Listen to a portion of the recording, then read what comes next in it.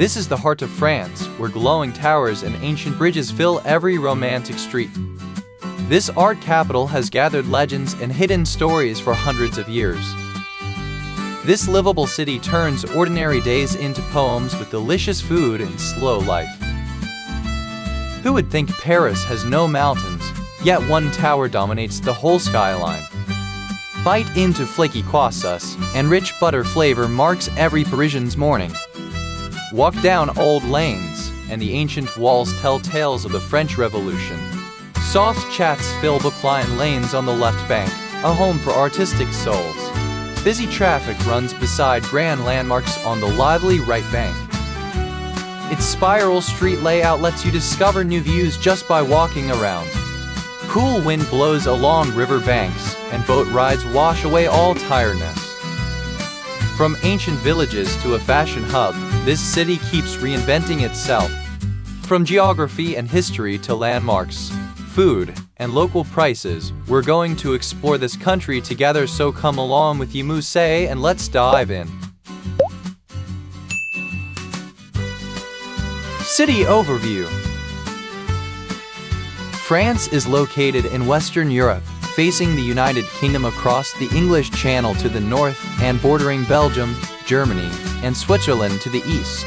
Paris is located in northern France in the heart of Isle of France, serving as the nation's political and cultural center. From above, Paris is divided into 20 arrondissements spiraling clockwise like a snail shell. This layout connects historic districts, commercial areas, and residential zones within walking distance. Paris has an oceanic climate with mild, wet winters and cool summers without extreme heat. Spring and autumn are the best seasons, with soft light and vivid seasonal colors across the city.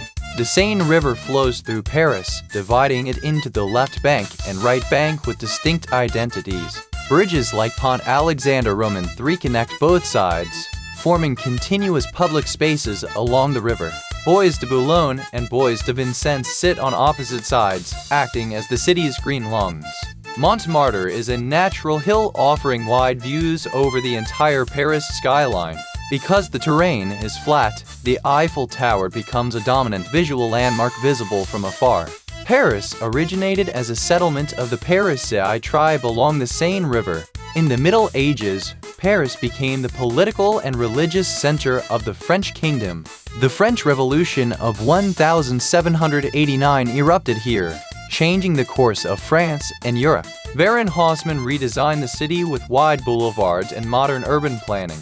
This transformation created the modern structure and visual identity of Paris. The Eiffel Tower was built for the 1889 World's Fair and became the city's symbol. In the 20th century, Paris became a global center of art and intellectual exchange. Figures like Victor Hugo, Monet, and Sartre shaped the city's cultural identity. From river island to a modern metropolis, Paris continuously reinvents itself. These geography, history, and culture together make Paris a global capital of culture and fashion. Landmarks. As morning mist lingers over Paris, the Eiffel Tower slowly emerges from the city, blending light and sky into a surreal scene. It stands in Paris's 7th arrondissement at the center of Champ de Mars, aligned with the Seine River and Trocadero. Designed by Gustave Eiffel's team, it was built between 1887 and 1889 for the World's Fair. Standing 330 meters tall, it was once the tallest structure in the world, built from over 18,000 iron parts. From the second level, you can see the Seine River winding through Paris like a living painting. At night, the tower sparkles every hour, becoming a glowing sculpture above the city. Few people know its summit once served as a scientific laboratory for experiments. The glass pyramid of the Louvre cuts into the old palace, blending modern geometry with historical architecture. Originally a fortress built in the 12th century by Philip Roman II, it formed the base of today's Louvre. It evolved into a royal residence as French monarchs expanded it over centuries. After the French Revolution, it opened to the public in 1793 as a museum. Its collection spans over 380,000 works across multiple civilizations. Mona Lisa is displayed behind protective glass, attracting constant crowds. Venus de Milo stands as a symbol of classical beauty and time's passage. Walking inside feels like moving through different civilizations and eras. At night, the pyramid becomes a floating core of light above history. At night, the Arc de Triomphe stands at the center of a glowing traffic circle like a frozen heart of the city. It sits at Place Charles de Gaulle, where 12 avenues radiate outward in perfect symmetry. Commissioned in 1806 by Napoleon, it was completed in 1836 after 30 years of work. Its surfaces are carved with detailed battle scenes and military history reliefs. Its simple yet powerful form turns into a monument of victory and memory. An eternal flame burns daily to honor unknown soldiers since 1923. From the top, the Champs-Élysées stretches toward the Louvre and Eiffel Tower. Daytime traffic flows around it while the monument remains completely still. A spiral staircase of 284 steps leads visitors up through the monument. In fog and light, it looks like a stone gateway floating in time. In the morning mist over the Seine, the twin towers of Notre Dame rise like a stone silhouette from the water. It stands on Isle de la Cité, the historical heart of Paris, surrounded by the Seine River. Built in 1163, it marked a turning point in Gothic architecture with its flying buttresses. Stained glass turns sunlight into colored fragments filling the stone interior. It witnessed Napoleon's coronation and key national events in French history. In 2019, fire consumed the roof and the spire collapsed before the world's eyes. After the fire, massive restoration efforts began combining modern tech and traditional craftsmanship. The cathedral looked like a dismantled time machine during reconstruction. Gothic architecture is defined by how it redirects structural forces upward and outward. After restoration, light again fills the rose windows like a reborn structure. The rebuilt roof still preserves the original geometrical logic of the medieval design. As the camera rises above Paris, Montmartre emerges like a natural hill dividing the city, with Sacré-Cœur floating like a cloud above it. Located in the 18th arrondissement, Montmartre is one of the highest natural points in Paris. Built between 1875 and 1914, its stone becomes brighter over time through natural weathering. From above, the domes form a layered structure overlooking Paris like a white eye. The streets suddenly shift into steep stairways, folding the city into layers. Montmartre became an artistic hub where painters and writers gathered. Street artists still paint in open-air squares, continuing a century-old tradition. As the camera glides over the water, the Seine flows like a silver ribbon through the heart of Paris, stretching reflections of the city across its surface. It runs 777 km from Burgundy to northern France, serving as a vital trade and cultural route. Rather than dividing the city, the Seine acts as a central axis shaping both banks. Pont Neuf, built in 1578, is ironically called the New Bridge. Its stone arches form one of the earliest permanent crossings of the Seine. Pont Alexander Roman III transforms the river into a ceremonial space of gold and sculpture. Built for the 1900 World's Fair, it symbolizes Franco-Russian friendship. Cruising the Seine reveals a continuous sequence of Paris landmarks. Each bridge reflects a different era of engineering design. As the camera approaches, the Opera House rises like a frozen palace of music, cutting off the noise of the city. Designed by Charles Garnier, it opened in 1875 as a symbol of Parisian cultural grandeur. The grand staircase expands vertically into a mirrored dream of red velvet and gold. Its acoustic design shapes sound into a continuous surrounding feel. The chandelier reflects light across a hall that feels like a vessel of sound and gold.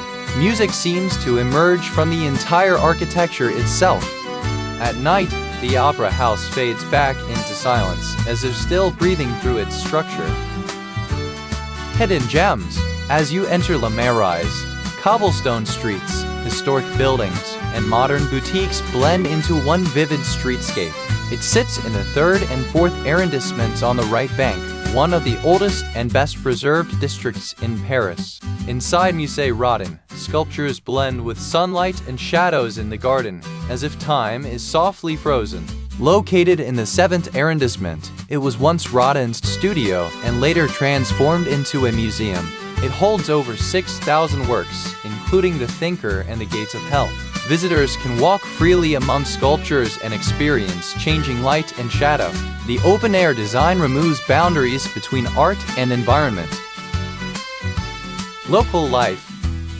After exploring the landmarks, let's step into everyday life and experience the most authentic street and neighborhood atmosphere. In the early morning, bakeries open as steam rises from ovens, cafes serve first espressos, and bicycles and delivery vans move through the streets in a steady rhythm. Marché Bastille near Place de la Bastille opens Tuesday, Thursday, and Saturday mornings, turning the street into a dense open-air corridor of daily life. The first thing you see is fresh produce like tomatoes, strawberries, lettuce, and onions delivered daily from farms, constantly restocked by busy vendors. Deeper inside, cheese, ham, and bread stalls fill the air with fermented dairy, cured meat, and fresh bakery aromas. Shopping here is slow and social, with vendors and regular customers chatting and tasting instead of rushing. Rotisserie chickens spin on grills while olives, spices, seafood, and prepared foods are sold outdoors for quick meals. The St. Ouen flea market spreads like a maze filled with antiques, vintage furniture, posters, and records. Items are often unorganized, creating a raw and unfiltered look at past everyday life. Locals come on weekends to hunt for usable furniture and practical items rather than souvenirs. For the best experience, visit Marché Bastille between 9 and 11 a.m. and go to Marché aux Puces on Saturday mornings before peak crowds. Local delicacies. After exploring the sights and daily life of Paris, let's dive into the flavors that are absolutely worth lining up for. In the morning, long lines form outside Paris bakeries as fresh pastries keep coming out of the oven. Croissant comes from layered European pastry techniques, refined in France with rich butter folding. The outside is crispy and flaky while the inside stays soft and buttery, making it a daily breakfast staple in Paris. People choose croissants because quality varies widely between supermarkets and traditional bakeries. The best spots are in Montmartre and La Marais, with peak freshness in the morning before queues grow later. Baguettes are baked in batches and placed on wooden racks, cracking slightly as they cool. Baguette uses only flour, water, salt, and yeast with long fermentation. It has a crispy crust and airy interior, commonly eaten with cheese or butter. Locals buy fresh baguettes daily as part of their routine. Escargots de Bourgogne are served hot with garlic butter aroma. They are baked in shells with garlic butter, parsley, and seasoning. The texture is tender and slightly chewy with strong garlic butter flavor. Locals see it as a traditional dish served in formal meals and celebrations. Macarons are displayed like colorful art pieces in bakery windows, made from almond flour, egg whites, and sugar with precise baking control. They have a crisp shell and soft filling with varied flavors. Locals usually buy them for gifts and special occasions. Local prices. Let's take a look at the real cost of living here in Paris. Overall, Paris sits on the higher end of global living costs, especially for dining and accommodation. But everyday expenses can feel more manageable if you stay outside the main tourist zones. In a regular Carrefour supermarket, a 500 ml bottle of water is about $1.5.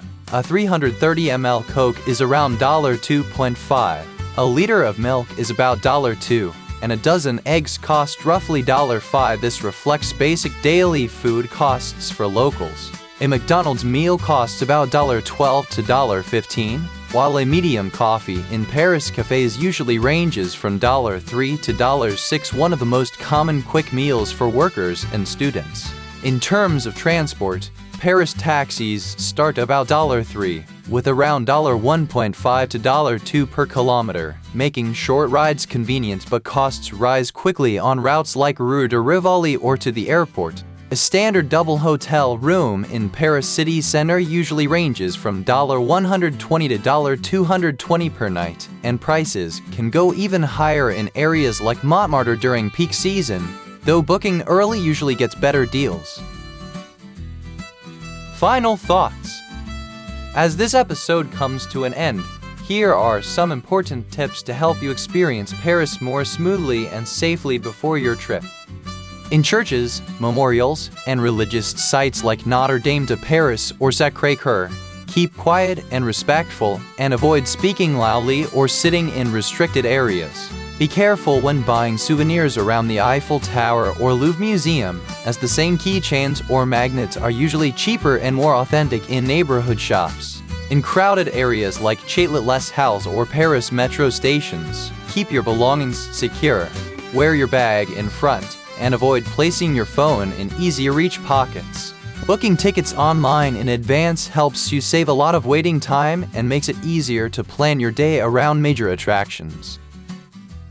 That's it for this episode. If you enjoyed it, subscribe to YimuSays for more real-life city travel stories around the world. See you next time!